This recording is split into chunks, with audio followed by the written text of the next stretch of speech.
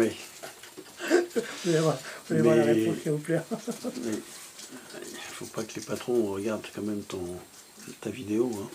Oh.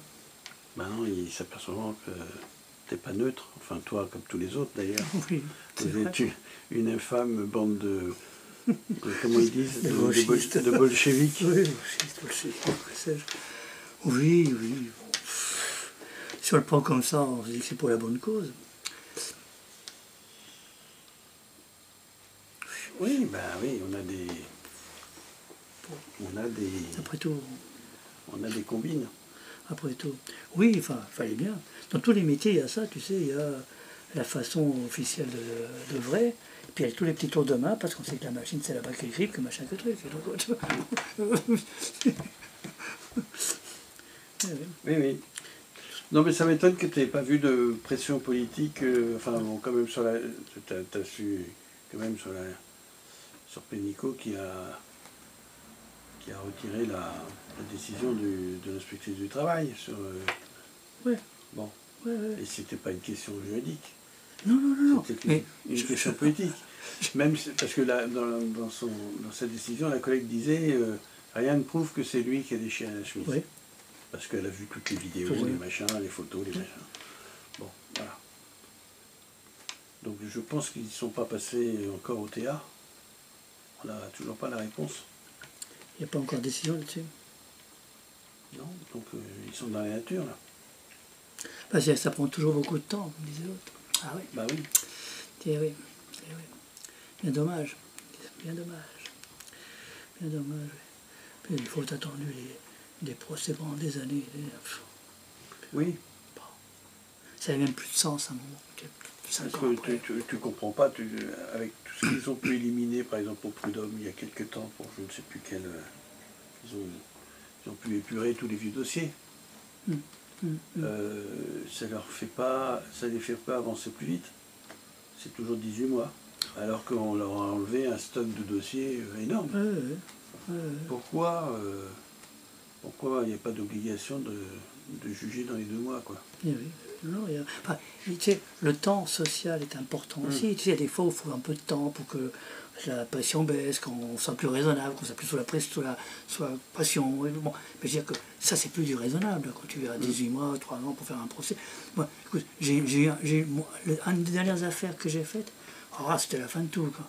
C'est une histoire de... C'était la fin de tout. Oui, la fin de tout. Ça fait 36 ans. C'est une affaire de 2015 et la citation en correctionnel est de 2022. 2021. Non, 22. Donc, 6-7 ans pour avoir la citation en correctionnel sur une affaire importante, enfin, qui était emblématique de ces histoires de PSI et tout. 6-7 ans, mais c'est quel sens ça? On va payer l'entreprise pour 6-7 ans. Ça fait longtemps qu'ils ont oublié l'affaire. Tu vois, c'est là pour le principe. Pendant 6 ans, ils ont continué à faire la même chose. Moi, j'attendais qu'on ait un truc rapide et puis tu viens vérifier. Il est condamné, je viens vérifier que toi, maintenant. Jamais pu travailler comme ça. Même sans condamnation. Tu vois, que mon procureur me dise non, mais là, votre histoire, je ne poursuis pas parce qu'il a tout régularisé, le gars. Mais s'il me dit ça suffisamment de temps, rapidement, je vais venir vérifier. Et on va vérifier, c'est ou pas. Mais tu apprends ça 2 ans après, ça n'a même plus de sens de venir vérifier.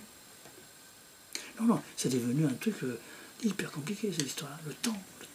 Et c'est plus le temps social, le temps normal, enfin le temps qui peut être parfois nécessaire, tu sais, pour que les passions tombent, qu'on soit plus serein par rapport aux choses. Non, c'est plus ça, c'est que c'est parti en quenouille, quoi. C'est parti en tous les sens. Et alors ces histoires protégées. Alors moi je parle de celui-là parce que celui-là, je l'ai vu. Tu comprends, je connais le dossier. La collègue qui a fait le dossier à France, je pense qu'elle a peut-être la même raison que moi. Et en France, bien sûr que je devine que c'est pas clair, que machin, que tout.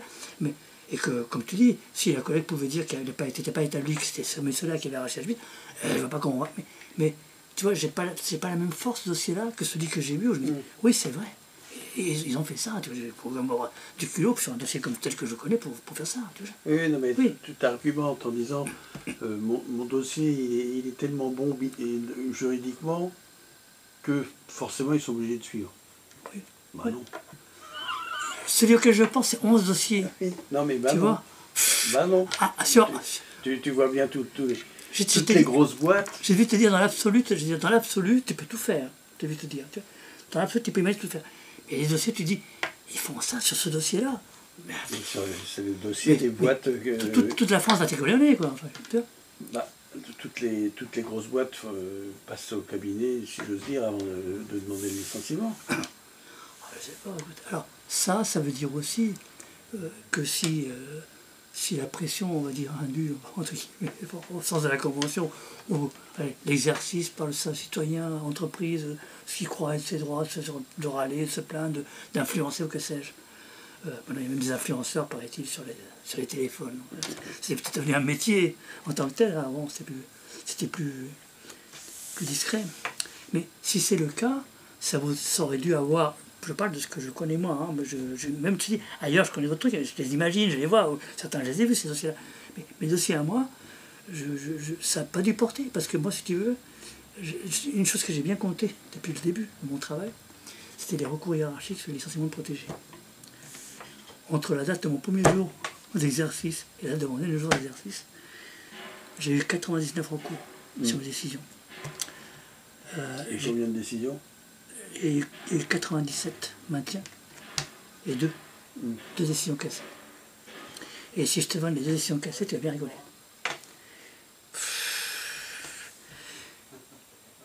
Une, c'était un monsieur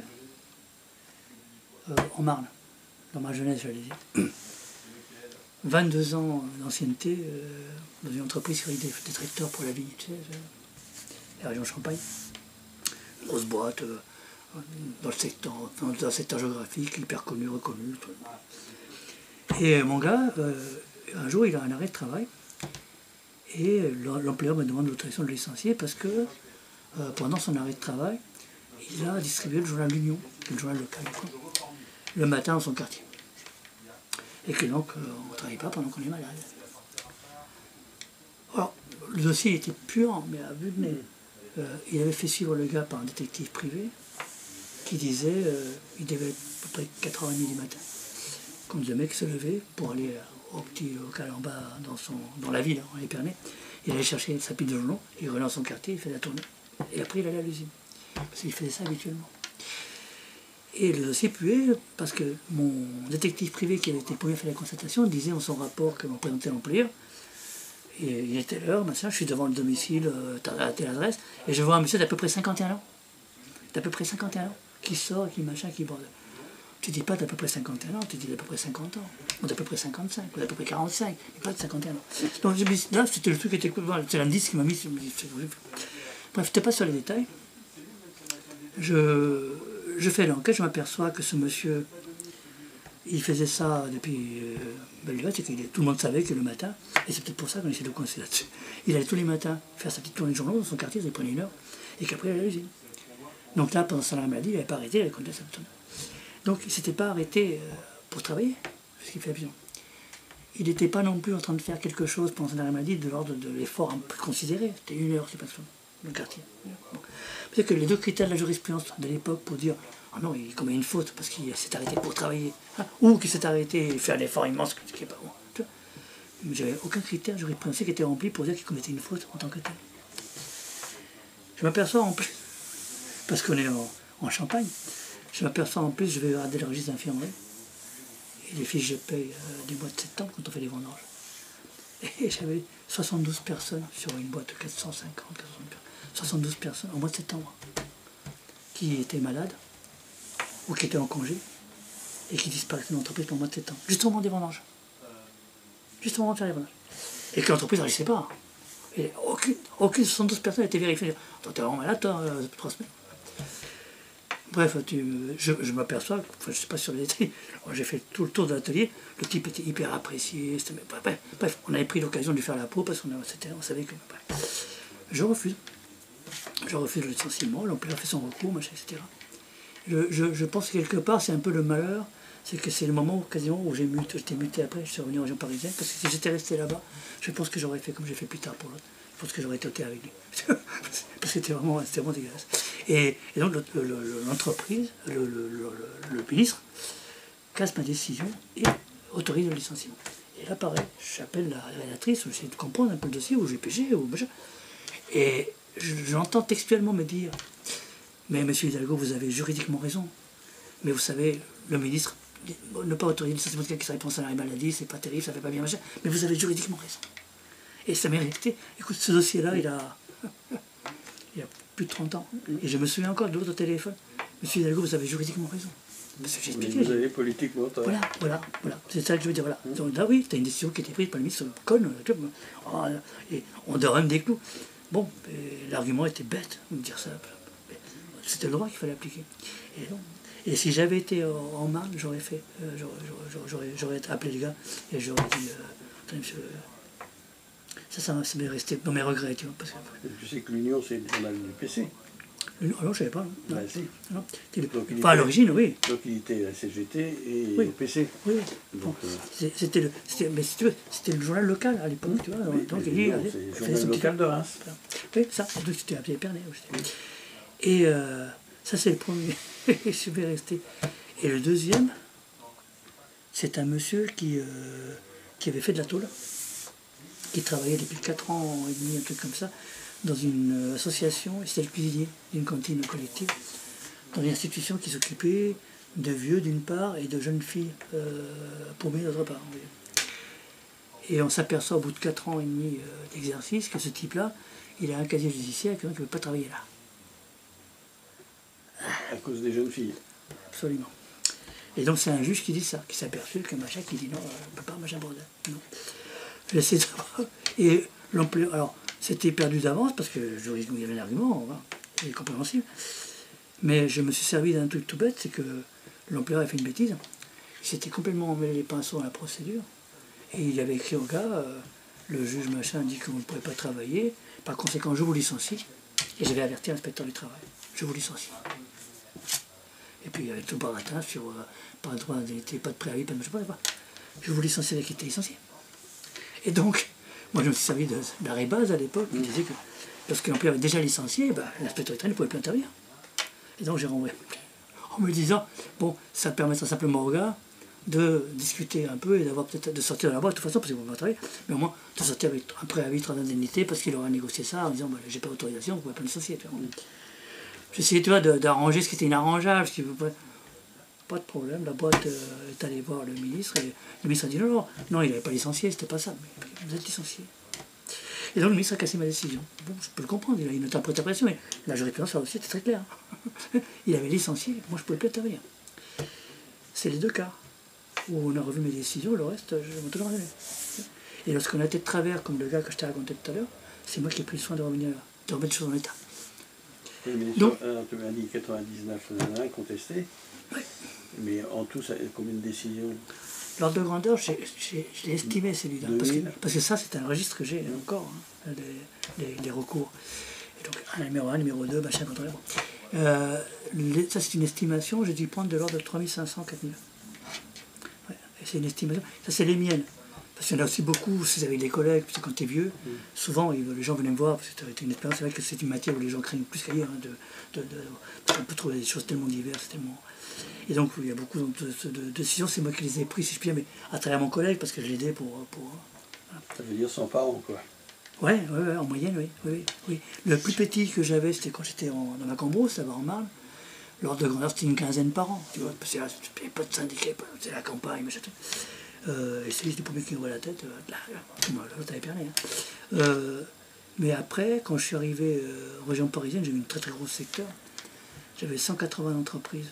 Et là, je montais à 130 décisions par an. J'ai des fois où je me suis demandé comment j'ai fait pour les faire. Mes 130 décisions, et mes contrôles, et mes PV, le jour, la nuit. 130, c'est un jour sur 2, quoi.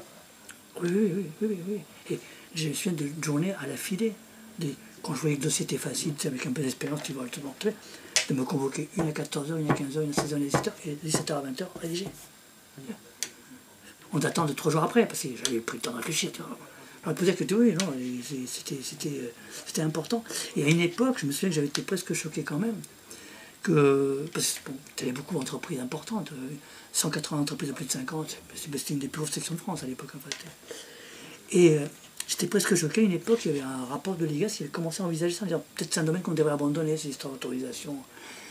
Et là, je dis pas qu'ils sont vite revenus. Si à l'endroit, moi je trouvais, où le rapport de force était là, c'était sur ça.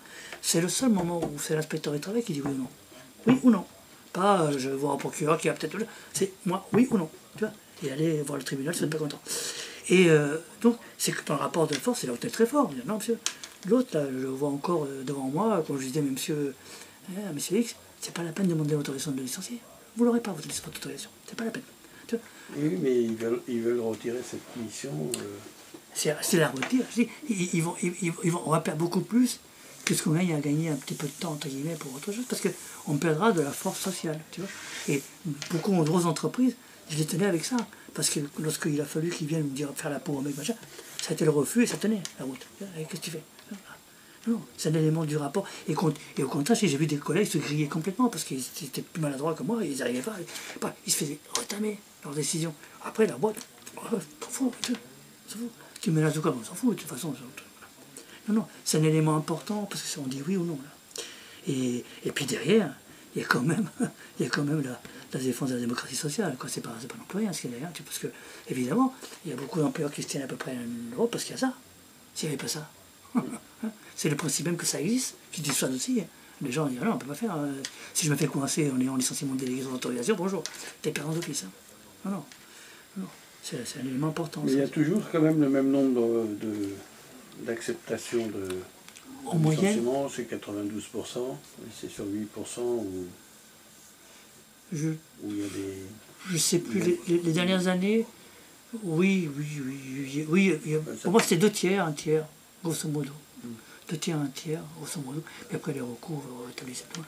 Mais oui. Mais de mon expérience, oui, il y a aussi des gens, des salariés qui faisaient des recours aussi. J'ai fait des décisions d'autorisation, les salariés venaient contre, on fait leur droit. Mais comment dirais-je, c'est la loi des grands nombres. Quand on agrège, je dis voilà, il y a tant de décisions en France, ça fait tant. Voilà, au quotidien, tu vois pas trop, tu vois un dossier et tu dis celui-là, oui, il mérite 2 ou celui-là mérite 2 avec ta marge d'erreur, tu vois. Mais je dis, sur les histoires de qu'est-ce que le ministre a fait ou pas avec mes dossiers, même si quelque chose a été tenté de bizarre, ça n'a pas eu beaucoup de portée parce que j'ai 2 décisions cassées sur 99. Donc ça pas. Et si certaines, comme celle dont je te parlais tout à l'heure, encore une fois, je pense que de toute façon, s'ils avaient pris des décisions bizarres à considérer machin, c'est vraiment gros au point que, tu vois, c'est pas machin, c'est pas le DRH, vous voyez le pauvre DRH, il s'est fait arracher la chemise, machin, c'était bon, 11 mecs qui arrivaient en disant, mais attendez, regardez ce qu'il y a marqué dans le rapport. Il y a la décision, il y a les emplois qui n'ont pas été proposés à tel endroit, tout ça. Et j'ai dit, j'avais fait exprès. J'avais fait exprès en disant, si le ministre prend une autre décision, demandez mon rapport. Demandez l'accès aux documents administratifs, mon rapport, et vous les retournez. Non, mais même s'ils ont eu, je pense que le type, même si ça a été étudié, quand il allait voir le dossier, il a dit oui, on voudrait bien faire plaisir à la chambre de commerce, quoi, mais là, faire gaffe quand même, à ce point-là, j'imagine, hein, mais oui, mais ce dossier, il y a 11 dossiers, trucs qui étaient les mêmes en fait. Bon. Non, ça ce que j'ai vu passer, c'est ça, c'est l'autre que j'ai récupéré au théâtre avec lui. Et celui d'Épernay, il m'est resté dans la gorge, celui-là. Franchement, j'aurais été là-bas, il allait au théâtre, ce type-là. Excuse-moi de te dire, tu aurais pu toujours l'aider en n'étant plus là-bas. Non, mais j'étais ici. Oui, enfin, alors, tu peux pas faire ça à 160 km ici. Tu peux plus. Non, c'est normal. C'est normal, c'est plus. Là-bas, l'autre, j'étais là, donc je disais, venez me voir à mon bureau. Mon bureau était à 2 km de la. Non, mais tu sais bien que même si tu es à 2 km, tu sais bien que ce que tu fais, tu n'as pas à le faire. Non, que tu sois à 2 km à 160, c'est pas. Non, mais ça tu sais bien. Tu sais bien que si tu travailles correctement, c'est pas quelque chose où je vais lui envoyer une lettre recommandée chez lui en disant je vais proposer de machin. Mais non, mais pas. Les choses se font au téléphone et pas avec des lettres recommandées. Il y a un tas de choses, mais là il fallait écrire, parce que il faut qu'il prenne tous mes arguments et qu'il sache les chercher. mais comment dirais-je, il y a un tas de choses qui sont faites comme ça, parce que tu as la proximité. Passez me voir, 19h30, c'est pas. Non, ça fait rien, je vous attends dans le hall parce que c'est fermé. Vous pouvez passer, il n'y a personne, on va être tranquille tous les deux, je vais vous expliquer autre chose. Bon, mais tu peux pas. Enfin, et puis là, je te dis, le gars était à Perpète, moi à Rungis tous les jours, c'est pas possible. Non. C'est dommage, mais j'aurais bien voulu celui-là. Ça me fait ça. J'aurais bien aimé. Après, bon, c'est normal. Enfin, je peux comprendre aussi qu'ils aient une position différente d'elle-même, mais là, j'avais juridiquement raison. Bien.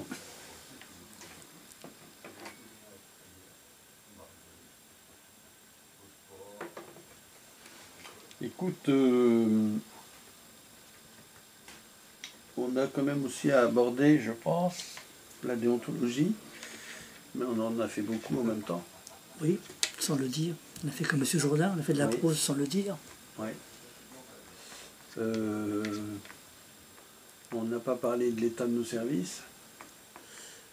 Ouais, c'est pas terrible. Oui. Pas terrible. Mais comment s'en sortir? Ouais. Et puis,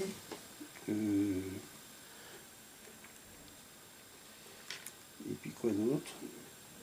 État des services et comment s'en sortir?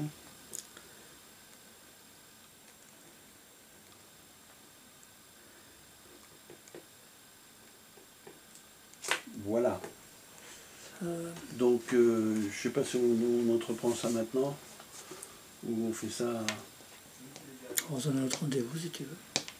Comme Parce que la déontologie, on va... Oui, il y a des choses à dire là-dedans, oui, Il y c'est a vrai. plein de choses à dire. Oui, c'est vrai. Ce qu'on fait C'est bien... Et puis la déontologie, ça renvoie aussi aux valeurs professionnelles, mais aussi à l'exercice en tant que tel. on disait avant, à nos pratiques professionnelles. Oui, c'est ça, absolument.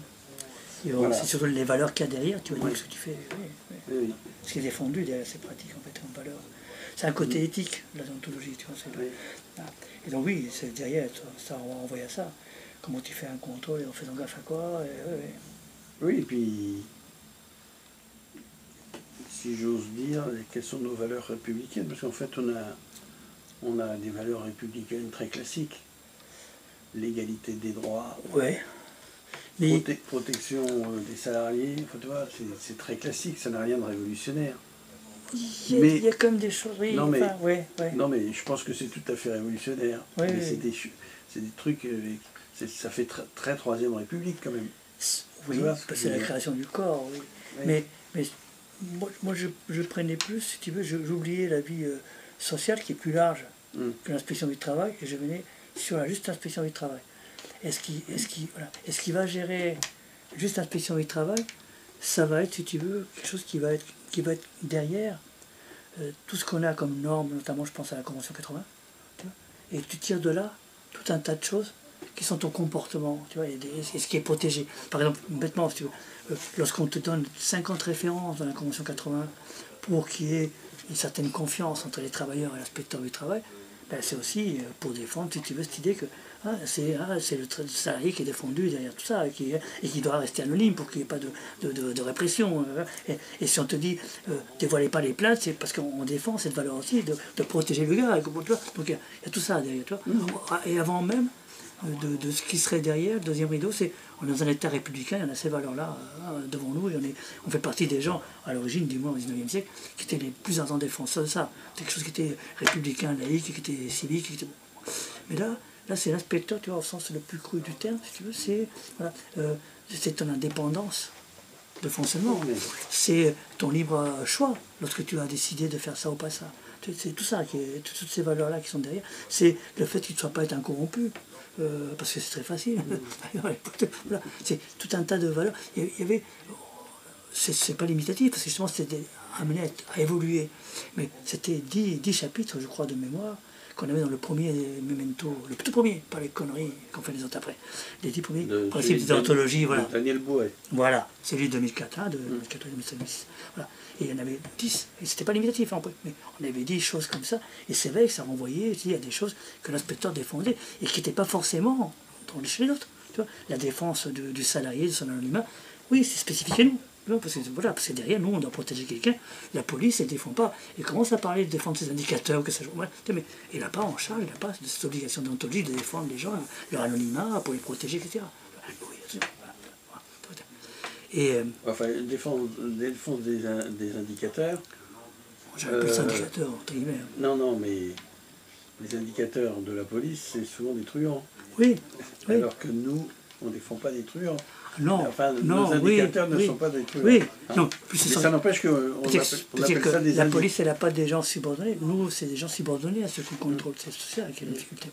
Parce que les autres sont sous le pouvoir, sous la subordination, donc on doit les protéger. C'est tout ça. Tu dis de la Convention 80, elle parle aussi de ça. Elle parle du fait qu'on ne doit pas avoir d'intérêt dans notre qu'on contrôle. Parce que donc, si tu analyses tout ça, tu sors un tas d'éléments qui défendent ça, qui défendent l'idée d'un type qui est pas dans un n'importe quel milieu, il est au milieu des salariés subordonnés, il faut qu'il fasse attention à ça, tu vois. Et c'est un type qui fait un peu ce qu'il veut, entre guillemets, parce que de toute façon, il est tout seul qui va falloir qu'il prenne des décisions sur des situations très diverses, et donc il a le choix, mais qu'il faut qu'il sache pourquoi il fait ça. Et c'est tout ça qui est un petit peu derrière, tu vois, avant même de placer ce type dans l'organisation sociale et dire c'est un républicain. Non, mais ce que je veux dire, mais je suis tout à fait d'accord avec toi, on a toutes nos valeurs professionnelles, et une certaine déontologie qui n'est pas celle que d'autres prônent, mais on est aussi des droits de l'homiste, quoi. Au sens... oui. Les valeurs qui sont derrière, oui, c'est des valeurs humaines, c'est des... Oui, voilà. Oui. C'est-à-dire l'égalité, les non-discriminations, la protection des subordonnés, enfin, tu vois, des choses... voilà. Bien sûr. Oui. Mais je suis tout à fait d'accord. C'est des valeurs humanistes qu'il y a derrière la protection de la santé des gens. Oui, mais, si tu veux, c'est bien ça qui aujourd'hui est attaqué quand même directement. Oh, c'était seulement aujourd'hui, mon pauvre. Oui, non mais... oui, enfin, on produit de ça beaucoup, oui, aujourd'hui. Bah oui, c'est vrai. Plus, dans les années 70, tu veux même 80... Oui. On produisait des dégâts sur les gens aussi. On produisait des dégâts sur les gens qui prennent le risque de représenter les salariés. Ce que tu peux dire, c'est qu'à certains moments de la vie, de l'époque, les circonstances sociales font qu'on est plus agressif que d'autres fois, que le résultat méchant est encore plus prégnant qu'autre chose. Mais la vie sociale offre toujours des circonstances d'agression, entre guillemets, d'agression des gens. Parce qu'on est organisé comme ça. Enfin, et puis... On est des droits de l'homiste, et les droits de l'homiste, maintenant, c'est des gens qui sont décriés.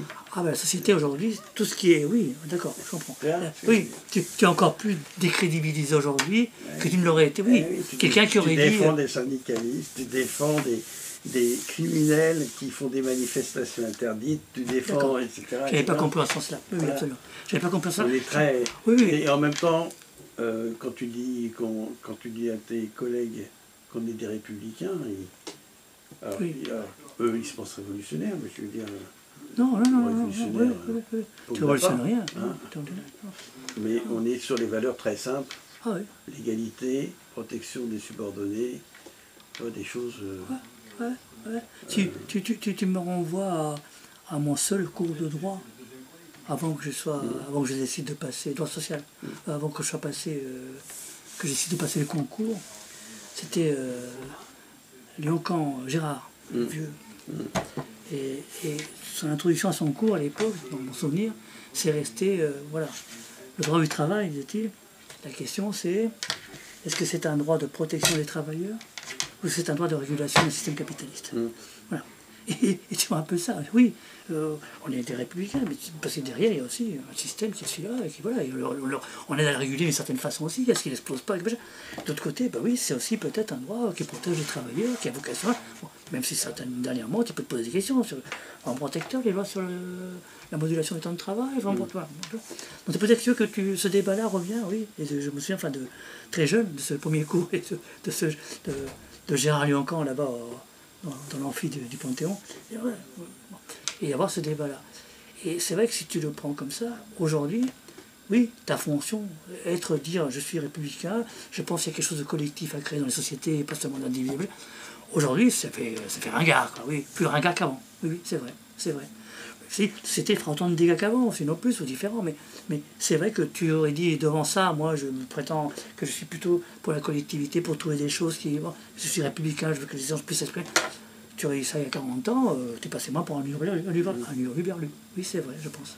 Aujourd'hui, oui, ça fait ringard aujourd'hui. Aujourd'hui, c'est plutôt, je sais pour mes cordées, d'accord, on avance, et puis voilà, et puis derrière on verra le dégât. Oui, et puis on est aussi pour le progrès social. Tu vois, et c'est quand même ringard d'être pour le progrès social. Absolument. Ah oui. Non.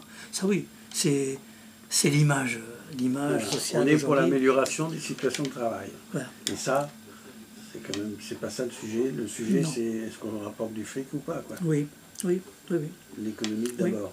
Oui, oui. Ça a toujours été le primat de l'économie sur le social. Des fois, ça accompagnait, des fois, on s'est dit que finalement, si on fait le social, ça permettait aussi d'avancer. Bref. Mais c'est vrai qu'aujourd'hui, l'image même est ringarde. Tu vois, quand tu dis, non, oui, je prétends qu'il n'y a pas que ça, qu'il n'y a pas la recherche du profit, disait un autre de mes profs de fac. Là, c'est l'économiste qui parle. Elle mobilise le meilleur comme le pire, disait mon prof. Ah, la recherche du profit, elle mobilise le meilleur comme le pire dans la société. Oui, maintenant, je dis, quand tu étais en disant attention, c'est pas ça, la vie sociale, c'est autre chose. Tu disais ça il y a 40 ans, on pourrait t'écouter, discuter avec toi, mais t'es pas assez révolutionnaire, ou t'es pas assez méchant avec des gens qui doivent travailler. Aujourd'hui, tu dis ça, on se demande si tu arrives de la Lune ou de Mars. Oui, dans beaucoup de cas, pas toujours, mais non, dans beaucoup de cas. Oui, puis on avait aussi des camarades dans les années 80 qui disaient que nous étions des agents du capital. Oui. Mais moi, j'ai gardé le souvenir de ces temps-là comme des temps de débat possibles. Tu vois, je me souviens qu'on avait un tas de débats, surtout le social, la Palestine, déjà, les trucs, mais il y avait du débat. Tu vois, aujourd'hui, je trouve que tu ne peux plus avoir vraiment de débat.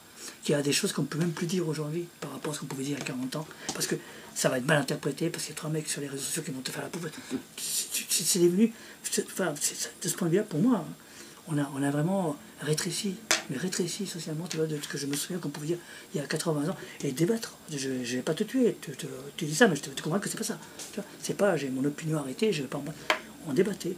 Aujourd'hui, non, aujourd'hui, c'est détour ta gueule, non, c'est pas possible, parce que là, il y a 3 mecs qui vont te casser la figure, et c'est là, t'es pas antisémite, et on n'est plus en blanc.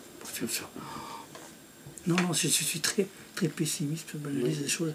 Autant il y a des choses où je me dis, bon, là, ça a bien évolué, je te parlais des nacelles élévatrices, je trouve que c'était un beau progrès. Autant sur la société, je sais franchement, l'expression de la société, elle est devenue... au milieu de l'abondance des moyens d'expression, on a des téléphones, des machins, et au milieu de l'abondance des moyens... l'expression est rétrécie comme ça. Ouais.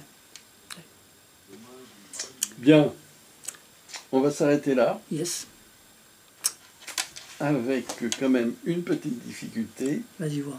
C'est que je pars en vacances